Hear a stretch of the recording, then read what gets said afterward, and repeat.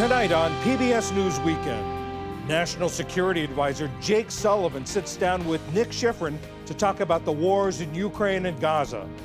Then the conservative legal challenge to an Illinois city's groundbreaking reparations program. And graphic novelist Raina Telgemeier, whose books try to reassure anxious adolescents that they're not alone. I'm just trying to write for my own inner 9-year-old and to kind of reassure her that she's going to get through a stressful experience.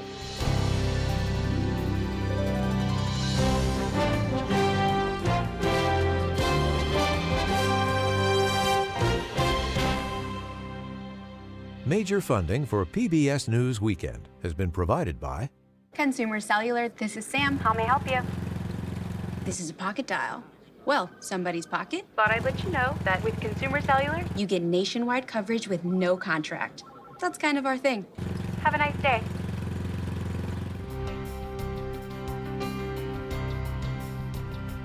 and with the ongoing support of these individuals and institutions.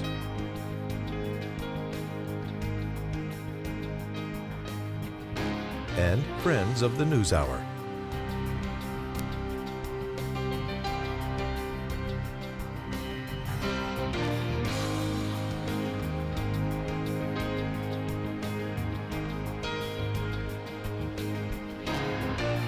This program was made possible by the Corporation for Public Broadcasting and by contributions to your PBS station from viewers like you.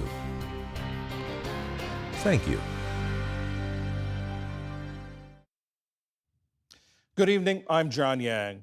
The Israeli military says it will limit fighting in a small area of southern Gaza in order to allow more aid to reach Gazans desperately in need of food. Daytime military operations will pause along a 7-mile stretch of road between the Kerem Shalom crossing with Israel and a hospital near Khan Yunis. The pace of aid shipments destined for Gaza slowed when Israel closed the Rafah crossing with Egypt. Far-right ultranationalist and Prime Minister Benjamin Netanyahu's coalition government quickly condemned the move. All of this unfolded as world leaders gathered in Switzerland for a Ukraine peace summit where White House National Security Advisor Jake Sullivan played a key role. He sat down one-on-one with Foreign Affairs and Defense correspondent Nick Schifrin. I want to get to Ukraine and the peace summit, but let me just ask you first to respond to an Israeli Defense Forces announcement this morning of what they're calling, quote, a tactical humanitarian pause from 8 a.m. to 7 p.m. every day, leading from Kerem Shalom, the crossing between Israel into Gaza, going toward Rafah. How significant is that announcement? It's significant. This is a good and important step because we've made a huge amount of progress in getting aid into Gaza, including the work that President Biden did to get Kerem Shalom back open a few weeks ago after the Rafah operation began. But the issue now has been getting aid around Gaza so that people can get access to life-saving food and medicine and water. And what this tactical pause will allow for is the free flow of humanitarian trucks without a concern that they could be targeted or delayed because of military operations.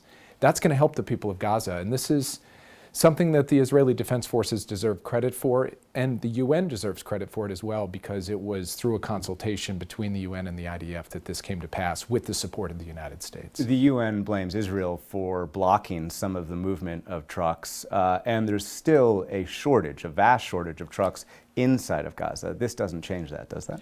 No, the issue of just the number of trucks has remained a persistent problem, one that we have worked to try to solve by increasing the flow, not just the flow in and out of trucks, but the overall stock of trucks that can move goods around Gaza. We've made some progress in that regard, working with the UN, who contracts for new trucks to be brought in. There's more progress that's required. And of course, when you're in a war zone like this, there's always going to be difficulty in the distribution of humanitarian aid. And that's why we have worked so hard to encourage the Israelis to take every measure possible, including humanitarian pauses, to help make the life as easy as possible for humanitarian organizations. But I assume you are still calling for the IDF, for the Israelis, to take as many steps as they can to alleviate some of these challenges. Of course we are. And even beyond that, and this is a critical point, we are not going to get to a fully satisfactory humanitarian situation until there is a ceasefire. That's why President Biden has called for a ceasefire and hostage deal. He'd like to see an end to the hostilities, an end to the war, because it's only in that circumstance that the people of Gaza can be fully safe and have full and complete access to the humanitarian needs that they so badly have been struggling to get over the course of the past several months. Let's move here to Switzerland and Ukraine. What can you accomplish at a peace summit that Russia is not attending, nor is China, that has helped rebuild Russia's defense industrial base, and countries like Saudi Arabia and Kenya are calling on Ukraine and Russia to negotiate directly? Well, first, Ukraine has made clear, President Zelensky has made clear, including here in Switzerland, that ultimately this war will have to be determined at the negotiating table. The United States' goal has been to put Ukraine in as strong as possible a position on the battlefield, so it is in as strong a position as possible at the negotiating table. But its strength at the negotiating table will also be improved by what's happened here in Switzerland, because you have more than 100 countries and international organizations coming together to lay a foundation for a just peace built on a simple proposition. You cannot take territory by force. It says that in the United Nations Charter. It's at the core of international law. Ukraine's sovereignty and territorial integrity has to be respected. And the fact that you have a broad chorus of countries, not just from Europe, not just the United States, but from around the world saying this, that is going to strengthen Ukraine's hand when it eventually negotiates with Russia. And that's up to Ukraine to decide when and how that occurs. You said this weekend that China is not here because it, quote, obliged Putin. Who's calling the shots in the so-called no limits relationship? Well, look, each country makes its own decision, but it certainly looks to us like Russia went to China and said, please don't go, and China obliged. We think that that's not a positive sign for China's commitment to a just peace in Ukraine, because Russia only gets more and more extreme in its demands, including what President Putin said just recently. And if you look at the range of countries present here and the basic outcome of this summit, which is a reaffirmation of UN Charter principles that China itself signed up to, China should be here, and China should be supporting a just peace based on those principles and based on international law. The fact that it's siding with Russia on this issue, I think, is not a positive development. More of Nick's conversation with Jake Sullivan will be on tomorrow's PBS NewsHour.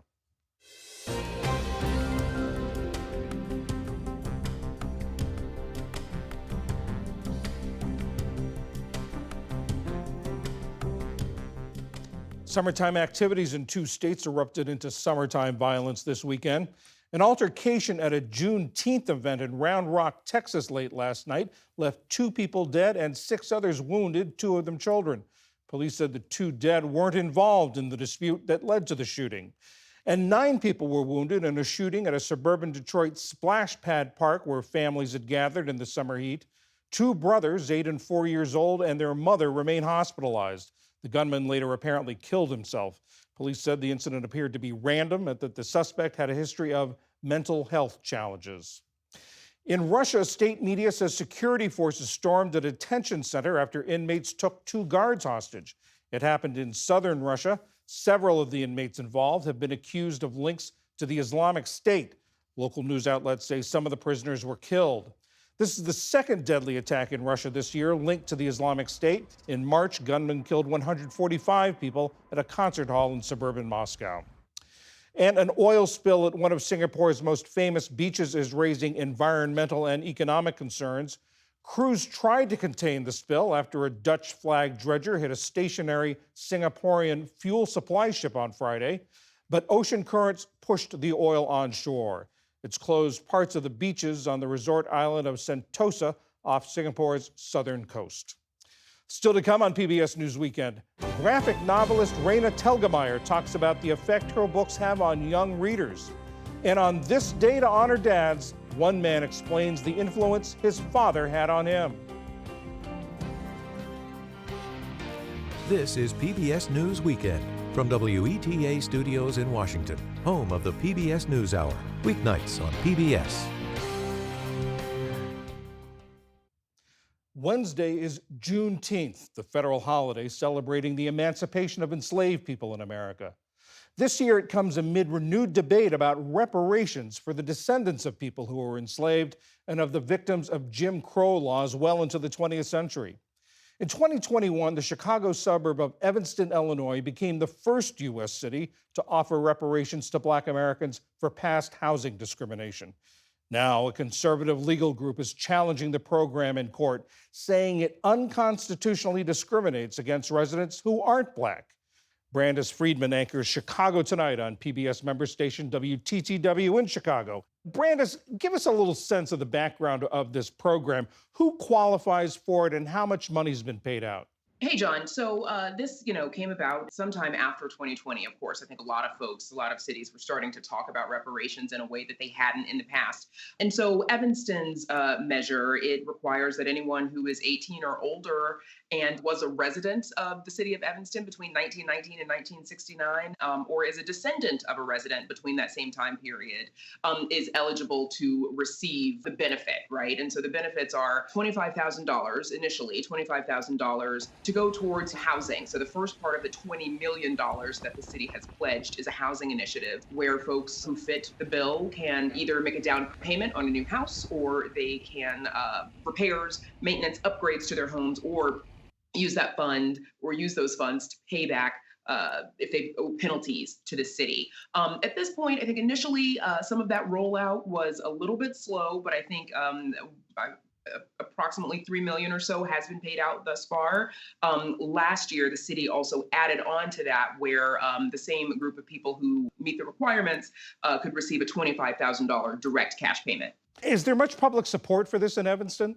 There is quite a bit. Initially when this was passed, not everyone was supportive, right? There were some folks who argued that this is not a reparations package, that this is, a package for the mortgage lenders and for the banks and for the city, the folks who would actually be receiving those $25,000. And then later on, there was the $25,000 cash payment option that was added. You don't hear a lot of opposition in the area. I think a lot of folks are still kind of waiting to see as that money gets passed out, as it gets distributed to those who are eligible, to see the benefit and how it's helped them. For those who don't know Evanston, just describe it for us politically, demographically. Sure.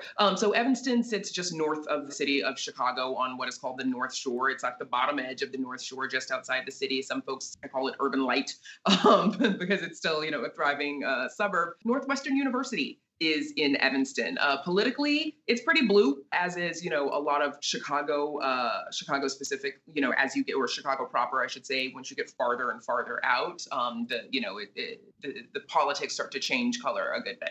The conservative legal group Judicial Watch is bringing this suit. What's their argument?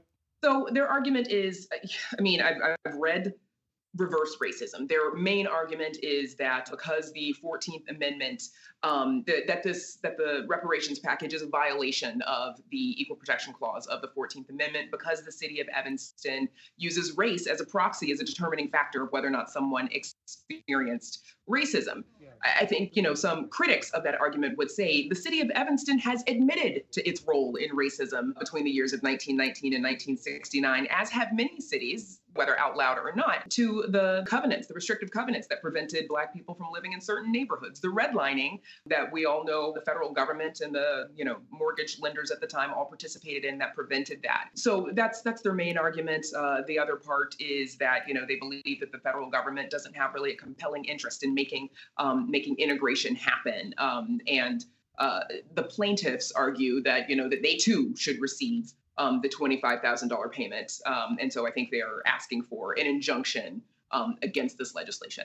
Is there any sense that the plaintiffs were emboldened by the Supreme Court's rejection of race-aware college admissions? The attorney that I've spoken with, Christine Svensson, she's locally based, but she does work with Judicial Watch. Yes, I think that is part of their argument. They believe that the Supreme Court has said that race can't be a factor in determining these kinds of things. And so, yes, they are certainly leaning on the Supreme Court's argument. And what's the city said about the suit? They've been kind of quiet and not responding to the suit itself, which isn't a huge surprise. A lot of times when cities face legal suits like this, they're prevented from speaking about the suit itself. But they have said that they defend their legislation and that they are proud to have been, the first city in the country to pass a reparations package, and that they'll defend it. First city in the country to pass a reparations, but also, is this going to be closely watched, this challenge? Absolutely. It is going to be closely watched because, as you mentioned, John, there are other cities, even the state of California is considering and looking at how they might be able to implement their own reparations package. And so I think some folks are keeping an eye on this one just to see how far this case goes and what is decided and how it might impact others. Brandis Friedman of WTTW in Chicago, thanks very much. Thank you.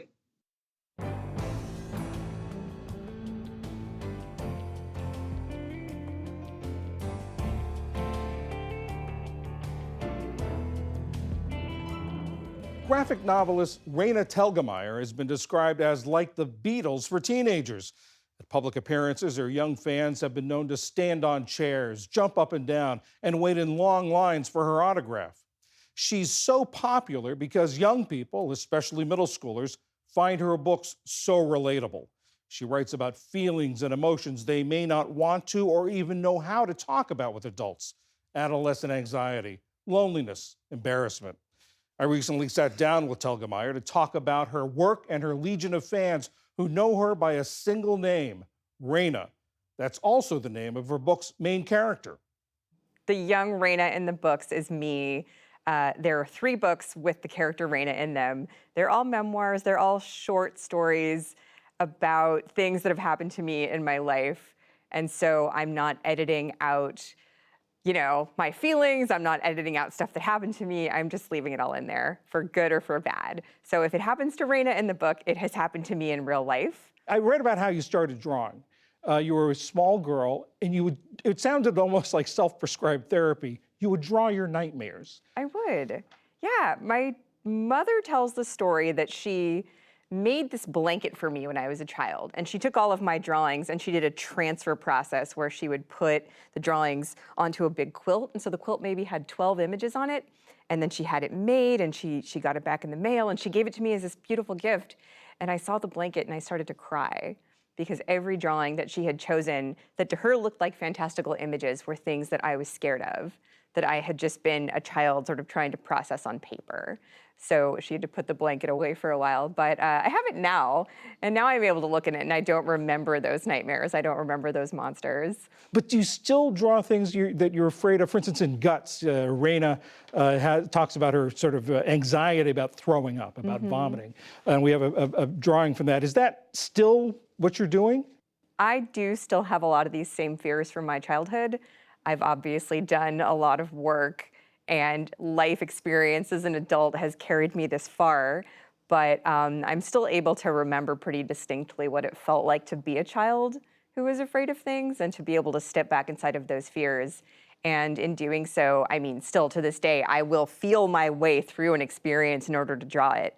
So I do have to go through those same emotions as the creator now. And in Sisters, you talk about nothing so, I mean, sort of more mundane, just the day-to-day friction of siblings. Yes. Talk about that. Do you have siblings? I do. I'm the oldest of 3. I've got a sister who is about 5 years younger than me and a brother who's 8 years younger. So not that my parents expected me to be the perfect sibling and the perfect, role model for my brother and sister, but I actually wanted to play with them. I was excited to have new family members and new friends to play with, but they were their own individual people too, and they didn't always care about the stuff I did. So I was like, what do you mean you don't want to play this board game with me? Come on. But my sister and I both love to draw. So that was one of the things we have had in common from an early age. It might have given us a little bit of a competitive edge when we were younger, but at the end of the day, I think it's something we both love doing together. It's a language we share. We talked about the reaction of your fans at public appearances. Does that surprise you? I've been doing this long enough now that it has kind of come with me, and a lot of these kids have sort of grown up with my books, but then younger ones keep discovering them. So there's never a shortage. I always have 9-year-olds that I can talk to about how they're feeling these big feelings, and they can relate so much to Raina and some of the other characters that I've written about. So it doesn't surprise me now, but it surprises me that it hasn't changed. And if anything, it's gotten bigger in the last 10 years.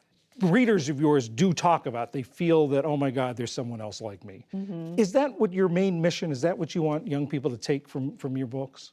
I don't think it's what I think about when I'm writing. I'm just trying to write for my own inner 9-year-old and to kind of reassure her that she's going to get through a stressful experience or an anxiety attack or whatever I'm focused on in the moment. So I think in talking to my young self, I end up talking to these kids as well. What do your fans tell you when you meet them? They say things like, thank you. I'm so glad you wrote this book. I'm so glad that I had this book to comfort me during a tough experience. Or a lot of kids tell me that they didn't care about reading. They weren't interested in books. They had never read a book that they loved until they read Smile or Guts or Drama, and then now they're a reader. Now they love to read. And if I can be even just a piece of that puzzle for one kid, then I have done my job. And let's talk about the format. It's a graphic novel. What drew you to that format? I've loved comics since I was about 9. Before that, I loved pictures and animation and reading. And so it was just kind of like all of my favorite things came together in one format that I could do on my own. I didn't have to hire somebody else to do art or a voice or produce a film. I could just sit down with my pencil and paper and make a story that had all of the things I loved in it. And so I started making my own comics at about 9 or 10, and then I just never stopped. I did it every day after school, just as a way to kind of process my day and my friends and what I had been feeling. So I didn't realize, but I was practicing every day for the job I would eventually have. So it's not that I started at some point, it's just that it's who I've always been. Have you ever thought about writing for adults who may have been like Raina? Maybe. I have thought about it, but it's never come to pass yet. That's not to say that I won't. I usually take at least a decade to process a major experience. People have asked, will you write about COVID and the experience that all of us just lived through? And I think if I do, it might be another 10 years from now before I'm ready and can see what I learned during that time. You mentioned COVID. You mentioned there's so much going on with young people now, school shootings, worries about the climate change, things like that. Do you feel in a way that what you write about is particularly apt for our times? I think it worked out that way, but I think there have always been kids who are sensitive and always, their anxiety has probably been around as long as human beings have.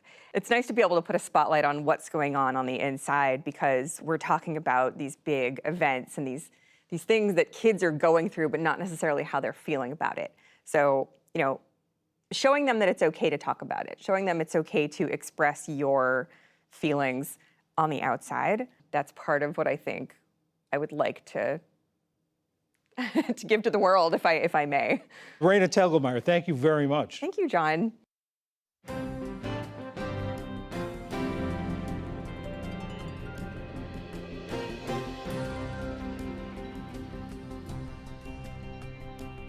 Finally tonight, for Father's Day, an animated feature from our partners at StoryCorps.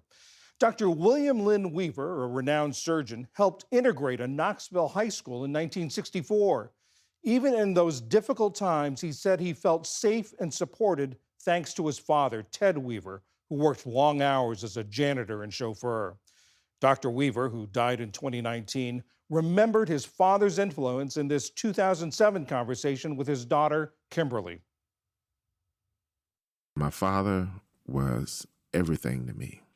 And it's actually kind of difficult talking about him without becoming very emotional. Up until, he died, every decision I made, I'd always call him. And he would never tell me what to do, but he would always listen and say, well, what do you want to do? And he made me feel that I could do anything that I wanted to do. I can remember when we integrated to schools that there were many times when I was just scared. And I didn't think that I would survive. And I'd look up and he'd be there. And whenever I saw him, I knew that I was safe. I always tell you that your mama is the smartest person I've ever met. But I think my father ranks right up there as brilliant.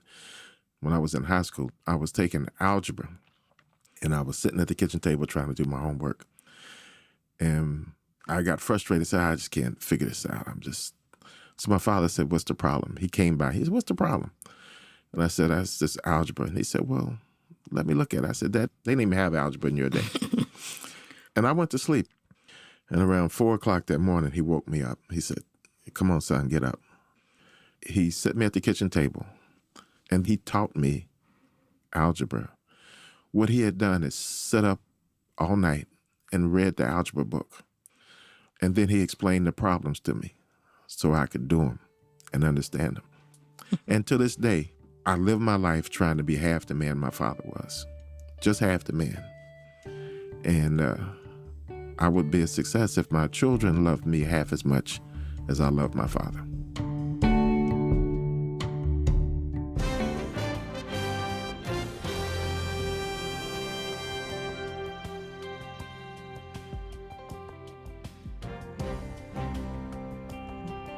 Now online, how researchers and medical experts are trying to better understand why every year as many as 1 million pregnancies in the United States end in miscarriage. All that and more is on our website, pbs.org/newshour.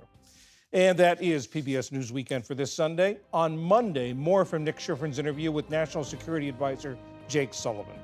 I'm John Yang. For all of my colleagues, thanks for joining us. Have a good week. Major funding for PBS News Weekend has been provided by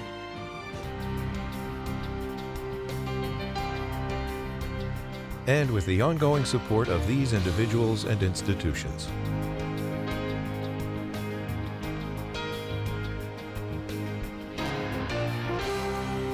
This program was made possible by the Corporation for Public Broadcasting and by contributions to your PBS station from viewers like you.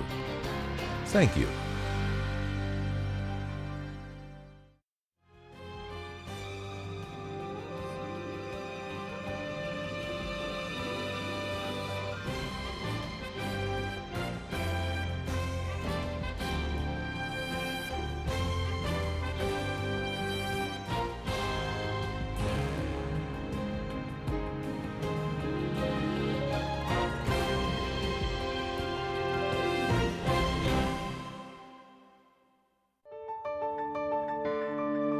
You're watching PBS.